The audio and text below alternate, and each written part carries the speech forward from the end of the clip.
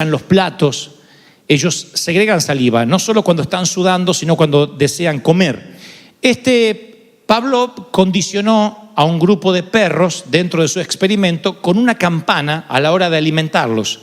Entonces, tocaba la campana y los perros salivaban, sin oler comida, sin escuchar ruidos de cubiertos o de platos. Simplemente la campana hacía que ellos pudieran salivar.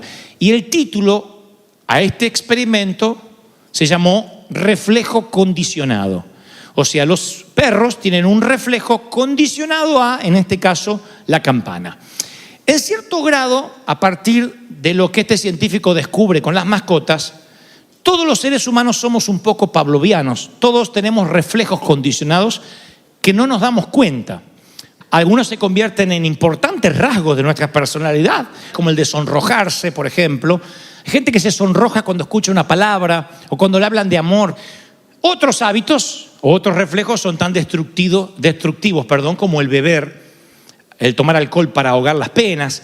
La cosa es que sean grandes o pequeños, inofensivos o dañinos, estamos mucho más condicionados de lo que creemos, y gran parte de lo que le hacemos o de la manera en que nos comportamos en la vida o de la manera que respondemos tienen que ver con esos reflejos. Pero ahora dejemos los reflejos condicionados, no se lo olviden, vamos a dejarlos aquí, en un momento los vamos a retomar y quiero que me presten atención a esto y luego vamos a conectar los puntos. En un momento en que la turba, en la multitud, quería prender a Jesús ya para llevarlo a la cruz, lo han leído en sus escrituras o lo han visto en alguna película, deben recordar el incidente cuando Pedro saca su espada y le corta la oreja a un tal Malco, a quien por ahí era un guarura del sumo sacerdote, uno que estaba con una de las personas más importantes, uno de los religiosos de la época. Más que un accidente, es un infortunio, casi un crimen. Y a donde vaya, Pedro se va a meter en el mundo de las demandas legales, porque atacó a alguien que presuntamente es inocente y le corta la oreja. Allí es donde Jesús interviene y donde piensa Jesús que toda la vida Pedro ahora va a tener una marca. Donde vaya va a terminar en prisión.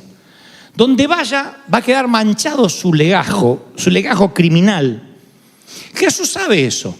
Y entonces lo que hace no solo es una sanidad, sino borrar la evidencia del caso. Lo que hace Jesús es destruir la evidencia en contra de Pedro. Viene, toma la oreja, se la pega milagrosamente. Es el último milagro que el Señor hará ahí en público. Luego irá a la pasión, a la cruz. Pero le pega la oreja al servidor, a Malco. Y destruye la evidencia contra Pedro. Le borró la evidencia. Imagínense que este Malco queda con la sangre en el ojo. La oreja pegada, pero con la sangre en el ojo. Todavía tiene bronca. Dice, sí, me lo pegó, pero yo a este tipo lo voy a demandar. ¿Quién me quita el mal momento de ver mi oreja tirada ahí en el piso? Casi se la agarra un perro. ¿Quién me quita eso? Yo quedé traumado. Así que imaginen, vamos a suponer, vamos a echar a volar nuestra imaginación. Imaginen que Malco inicia una demanda legal. Siempre hay uno de esos abogados que dice, tú puedes sacar dinero. Vieron que aparece hasta en la televisión acá, ¿no? Usted tuvo un accidente, no le duele nada. Fíjese que le duele algo, usted puede tener mucho dinero.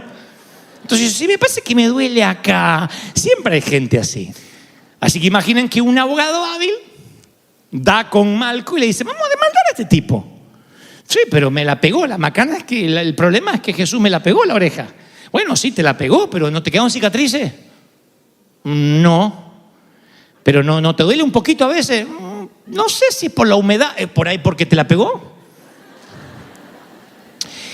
Y llevan el juicio a alguna corte. Lo citan a Pedro. Pedro, ya Cristo resucitó. Citan a Pedro. Está predicando allí y se te llegó una citación judicial, tienes que ir. Yo me imagino al juez leyendo la demanda, la carátula, dice intento de asesinato. Y Malco le dice, señor juez, yo quiero demandar a este señor que se dice cristiano, que se dice seguidor del Mesías, porque a mí me cortó la oreja. ¿Qué va a preguntar cualquier juez? ¿Qué va a preguntar? ¿Me deja ver la oreja? ¿Cuál oreja fue? Esta. ¿Estás seguro que fue esa? Sí. Perdón, pero yo no veo ninguna anomalía. Así que como no hay ninguna anomalía en su oreja, cerrado el caso por falta de evidencia. Y más de una vez el pobre Malcolm ha dicho, pues no me dejó ni una marquita, porque Jesús cuando sana lo hace bien, no remienda por la mitad, no arregla las cosas. Cerrado por falta de evidencia. Yo recuerdo, y esto también alguna vez lo conté, creo que en la Catedral de Cristal, que se hace una nueva ley en Argentina, hace muchos años, que decía que los autos tenían la obligación de pasar por una verificación técnica. Y alguien que trabaja conmigo me dice, mira, mi papá trabaja en el departamento de verificación técnica, tengo un amigo que trabaja ahí, que es amigo de mi papá, etcétera, y que no tienes que llevar el auto. Como tu auto está tan nuevo, me das número de placa y te traigo el papelito y lo pegas y ya está. Para mí era un ahorro de tiempo, porque tenía que llevar a la mañana el auto, hacer la fila, perder un día entero. Entonces yo decía, sí, me quiero ahorrar todo ese trabajo. Así que le pagué, valía lo mismo, y me trae el papelito de la verificación técnica y dice, total, tu auto no echa humo, está bien, y lo pega ahí. Yo dije, bueno, providencia divina, no había mala intención en mi corazón. Un día nos para un policía, nos detienen y me dice que el sello ese era falso. Y dice, acompáñennos. ¿A dónde? A la comisaría. Nos llevan a la comisaría escoltado con 2 motocicletas. La primera vez que me sentí un presidente, nada más que era un delincuente, pero me sentí escoltado. Llegamos a la comisaría, le ponen unas fajas al auto en las puertas para no abrirlos más, que eso se le hace a los autos secuestrados o robados. Le digo, si le ponen la faja esa cinta, digo, no voy a poder entrar. Dice, no, es que usted no se lo va a llevar. Este auto está acusado el auto y el propietario de falsificación de documento público. Así que me leen los derechos, tiene el derecho a llamar a un abogado, a permanecer callado. Yo que voy a terminar preso por el condenado que me trajo el papelito. Decía, pero yo no sé. Bueno, me inicia una causa legal, viene un fiscal. Yo llegué, obviamente en camión, volví a casa, en bus. Me preguntó dónde está el auto secuestrado. No sé qué habrá hecho el auto cuando yo dormía. Y pasé unas noches terribles sin poder dormir. Hablo con el muchacho que me trajo y dice, yo voy a dar la cara cuando nos citen. Y vamos ante un fiscal y él dice, señor, yo quiero hablar. Yo trabajo con él y un amigo de mi papá me dijo esto y esto y esto y esto, y este que es mi jefe nada tiene que ver. Yo le dije, te lo voy a traer, acá está cuando me pagó. Hallamos gracia en el fiscal. Nunca olvidaré lo que me dijo, nunca olvidé esa frase que le da título al sermón de hoy. Dijo, ok, Gebel, voy a cerrar este caso por falta de evidencia. Y cosió la causa. Se dice coser la causa porque literalmente son folders que se cosen con hilo y aguja. Los que dicen, guay, los que son de despacito para acá, que no saben lo que estoy hablando, antes eran en folder, no eran en archivos computarizados. Y eso se cosía la causa, nunca más se vuelve a descoser. Literalmente con hilo se cosía. Y te voy a coser la causa, me dijo. ¿Qué me va a hacer qué? La causa te voy a coser. Yo, ¿qué tengo para perder a esta altura? Dije yo. Andá a saber lo que me quiere coser. Cerrado por falta de evidencia. Me encanta esa frase, falta de evidencia. ¿Qué significa la falta de evidencia? No significa que eres inocente, necesariamente. Significa que no hay evidencia para condenarte. Pregunta, ¿Pedro es culpable? Sí lo es. Lo que no hay es evidencia en contra de Pedro. ¿Nosotros somos culpables ante Dios? Sí. Y aquí todos pecamos y estamos destituidos de la gracia de Dios. Lo que no hay es evidencia. Satanás lo que no tiene es evidencia para condenarnos. No puede acusarnos. No hay evidencia, no hay pruebas.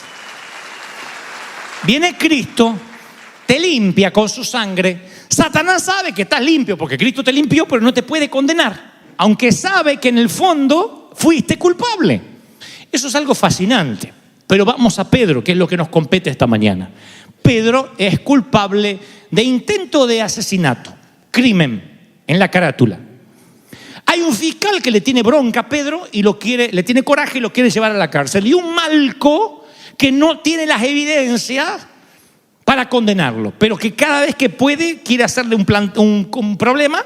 Lástima que no lo puede llevar nunca a la corte, no hay evidencia. Y el punto siguiente es, ¿qué pasa cuando Dios borra las evidencias, pero aún Pedro se sigue sintiendo culpable? y no hay evidencias? ¿Qué pasa cuando Dios dice, yo ya te perdoné, te limpié, y el que no se puede olvidar del crimen eres tú, porque el crimen existió? Una cosa es que el Señor te perdone y sientas que nunca pecaste. Otra cosa es cuando tú conoces tu naturaleza, Dios dice no hay evidencias, y tú te autoculpas, te autoinfliges culpabilidad y no te dejas ser feliz. ¿Se acuerda que dejamos los reflejos pavlovianos acá? Ahora los vamos a tocar, los vamos a conectar con esto. Hay un reflejo condicionado de Pedro que alguna vez yo hablé, que a mí siempre me llamó la atención, yo creo que lo tenía. La culpabilidad no deja de ser un reflejo saludable si eso nos lleva a un arrepentimiento. Uy, hice tal cosa, me voy a arrepentir para que no haya evidencias en mi contra. Pero cuando Dios quita las evidencias y aún así te sigues sintiendo culpable, te obsesionas tanto con los errores del pasado que pierdes las oportunidades del futuro. Allí es cuando te faltan agallas para continuar, porque siempre estás cargando con una mochila de la cual Dios dice no existe. Hay un montón que cargan maletas vacías y las cargan sin saber que están vacías, creen que están llenas de culpa, pero tú tienes la culpa acá, no en las maletas. Dios ya te libró de la culpa. Ese es el gran secreto que tanto nos cuesta entender en el juego de la vida eterna, que uno tiene que sentirse libre, perdonado por el Señor. Quizás emprendiste un matrimonio y te fue mal. ¿Quién cuando se casa en el altar está pensando que se va a divorciar? No conteste por las dudas, pero creo que la mayoría no. Nadie dice me divorciaré si esto no funciona. Nadie. Entonces te divorcias, no una vez, 2 veces. Llegas al Señor, dices me va mal en el amor porque me divorcio, porque no sé elegir. Llegas con una culpa. ¿Qué hace el Señor? Borra la evidencia, te perdona y borra la evidencia. Ya nadie más te tiene que llamar divorciado o adicto al divorcio o divorciada, o nadie, así sea por un tema de infidelidad, por lo que haya sido, punto, se borra la evidencia. Eres nueva criatura, nuevas son hechas todas las cosas, nuevas. Pero vamos a suponer que tú no te perdonas. Y entonces vas a emprender una nueva pareja y estás con la carga emocional que no puedes soltar. Esa carga del pasado es cargar evidencias contigo que no deberías cargar. Si yo fuese tu abogado te diría, no dejes cabos sueltos, elimina tu pasado. Vamos a borrar toda evidencia. Vamos a hacer que el Señor pegue la oreja, restaure tu fracaso en el amor, restaure tu quiebra financiera, borra todo lo que te ate con el pasado para que el diablo no tenga con qué acusarte. Pero cuando tú cargas con un pasado del cual Dios ya te perdonó, quizás corra la misma suerte de Pedro. Prendieron a Jesús, lo llevaron a la casa del sacerdote. Pedro seguía de lejos. Encienden una fogata en el medio del patio, se sientan alrededor, Pedro se les une. Una criada lo ve a Pedro entre la lumbre y dice, hey, tú estabas con Jesús. Ahí es cuando Pedro dice, wow, me llevan a la cruz también. Están buscando a Jesús y a los cómplices. Pedro dice, no, yo no lo soy, no soy un seguidor. Una hora más tarde dice, tú estabas con él, con el Galileo. No. Más tarde viene alguien y le dice, tú hablas como él. No. Y ahí es cuando el Señor lo mira a Pedro. No es una mirada de acusación, sino la mirada casi cómplice de un abogado para con su defendido. No hables, no metas la pata más, hispano. Shh. Si Jesús hablaba, lo delataba. Con que Jesús dijera, Pedro, ¿qué tal, Peter? ¿Negándome? ¿Qué hacemos? ¿Está negándome un poquito hoy? Si Jesús hablaba, lo delataba. Así que Jesús lo que hace es... Y Pedro justo lo estaba negando cuando Jesús lo mira. Dice, no, yo no tengo nada que ver con esto. Es ahí, tal como Jesús se lo había dicho unas horas antes, se escucha.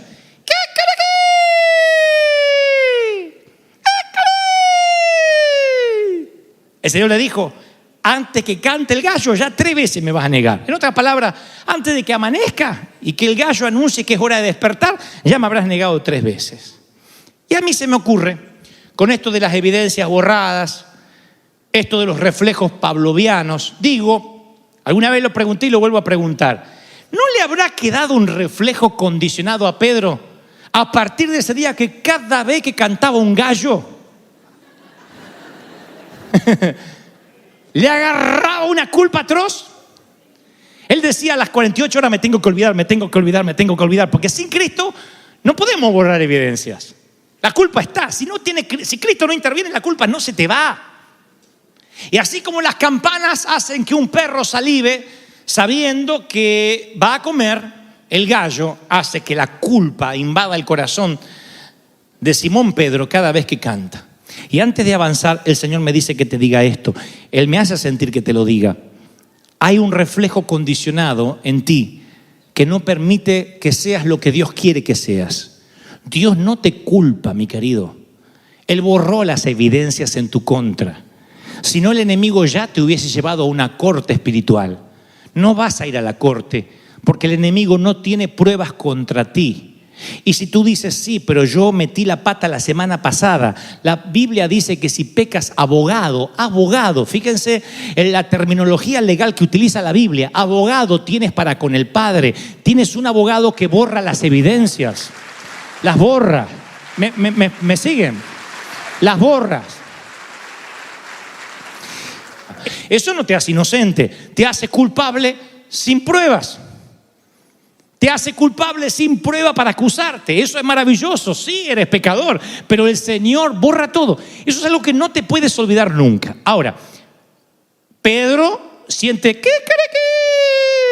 Una mañana. ¿Qué? La segunda mañana. ¿Qué?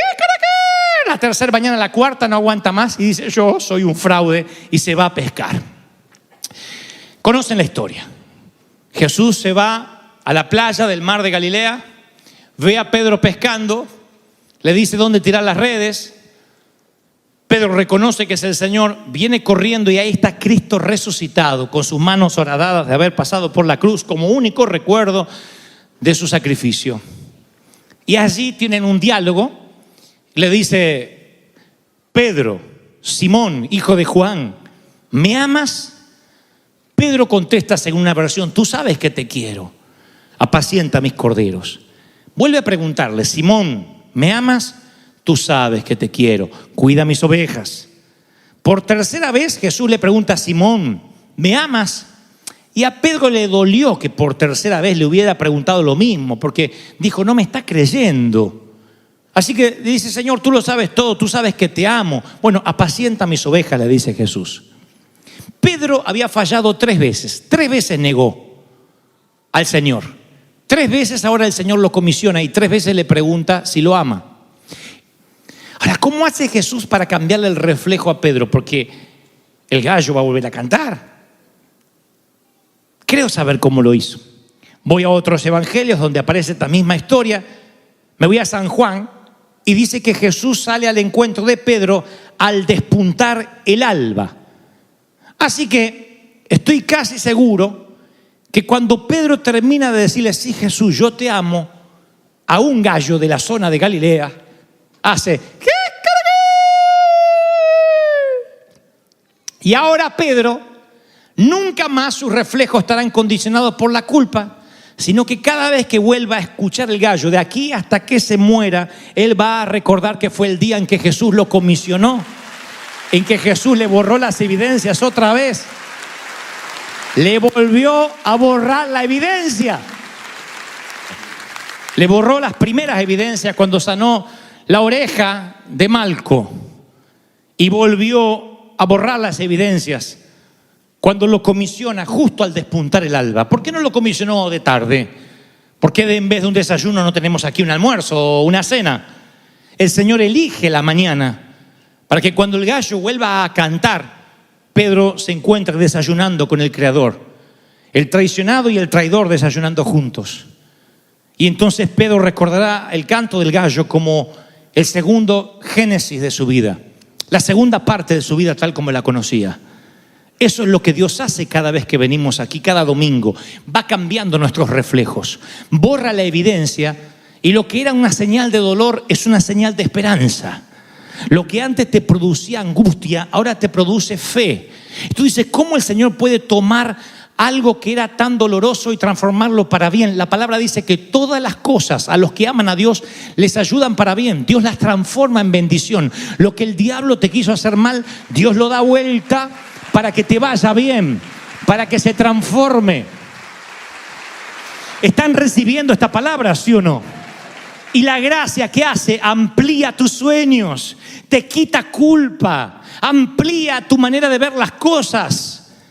En la vida hay momentos de traición, de dolor, de pecado, que van a querer perseguirte por el resto de tu existencia. Depende de ti, de que los cargues o los dejes, porque el Señor borra las evidencias. ¿Cómo las borra? Yendo al mismo lugar del crimen. ¿Cómo hace para que el gallo de Pedro no lo haga sentir culpable a Pedro cada vez que cante? Si gallo hay por todas partes en Israel. Tiene que comisionarlo al despuntar el alba, darle una comisión y una pregunta por cada vez que lo traicionó. Allí es donde cambiará completamente la óptica de Pedro. Cada vez que cante el gallo, él lo recordará, como la mañana en que desayunó con Jesús. Ya no recordará la mañana en que lo traicionó. Entonces el Señor tiene que llevarte al lugar de la culpa para ahí borrar la evidencia. Si tú huyes del sitio del crimen, el sitio del crimen te va a perseguir. Tú tienes que enfrentar. Tú tienes que poder ir a cualquier lugar donde todo el mundo está parrandeando y a ti ni fu ni fa. No que dices, ay, me trae tanto recuerdo de esto. Si escapas, el crimen te alcanzará. Tú dejas el alcohol, no te atrae, y vas a un lugar donde parientes sacan alcohol, no hay problema. Tú no tienes problema porque tú no relacionas el alcohol con tu dolor. Ay, me acuerdo cuando era borracho. No, al contrario, a lo mejor Dios te da la oportunidad de predicar. Cuando te dicen, pero no tomabas mucho, sí, pero dejé porque ahora no lo necesito. Te das cuenta, enfrentas aquello que la religión te dice, no vayas más, no vuelvas. No, tienes que enfrentar. La única manera de hacer luz es meterte donde hay oscuridad. Pero si vives escapando de la oscuridad, no podrás iluminar. La única forma de salar es meterte donde hay sin sabor. Entonces tú te aseguras de ser sal, te aseguras de ser luz y luego te metes a donde los gallos gritaban tu culpabilidad. Solamente que esos gallos ahora hablan de tu comisión. El Señor te ha demostrado que eres más importante para Él que tu error. Por eso borró las evidencias. Él no quiere a Satanás acusándote. A él se lo conoce al diablo como el acusador. Siempre te va a acusar. A eso se dedica, a acusar. Siempre te va a acusar. Cuando sientas culpa, adivina de dónde viene esa culpa. No digas, el Señor me está redarguyendo. La culpa viene siempre del enemigo. Lo que viene del Espíritu Santo es una necesidad de arrepentirse. Ay, Señor, te fallé, perdóname. Envuelto en amor. La culpa es un chaleco de fuerza psicológico que no te deja ser feliz. No puedes ser feliz al lado de uno que se siente culpable. No puedes ser feliz detrás de alguien, de un líder que se siente culpable. Necesitas ser libre. Y el Señor vino a traer libertad a los cautivos y nos hizo libres. Libres de culpa, libres de condenación. ¿Me están siguiendo? Terminaré con esto. Mi tío, que además era mi padrino, el tío Tito Stockley, tenía una colección de muñecos de porcelana en su casa. Y cuando llegabas a la casa de Tito, él miraba a los niños. Yo tenía 4 años, mi hermano es unos años más, y decía, pueden mirar, pero no se toca. Un día no resistí nunca más la tentación y cuando no había nadie, tomé uno de esos muñecos con tan mala fortuna. ¡Puf! Y la porcelana, ese día aprendí que la porcelana no es irrompible. Recuerdo el ojo de uno de los muñecos que hizo.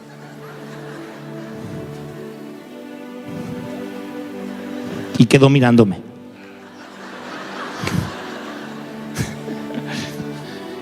Y literalmente mi trío, que escuchó el crash, entró a la habitación. Yo me quedé así, duro. Él miró el desastre y me dio un abrazo. Me abrazó fuerte. Y aunque no dijo una sola palabra, me pareció oír, Dante, tú eres más valioso